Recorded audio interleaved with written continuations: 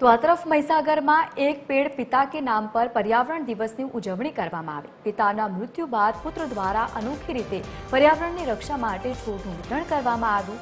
લુણાવાડા તાલુકાના મોતી ઘોડા ગામે ચંદુભાઈ દલજીભાઈ પટેલના મૃત્યુ બાદ 13માની ક્રિયામાં પુત્ર દ્વારા કેસર કેરીના આંબાનું છોડનું વિતરણ કરવામાં આવ્યું હતું। પર્યાવરણની રક્ષા થાય અને વૃક્ષગંગા અભિયાન હેઠળ આંબાના છોડ સાથે વ્યસન મુક્તિ અને પ્રકૃતિના જતન માટે પત્રિકાઓ પણ આપવામાં આવી હતી।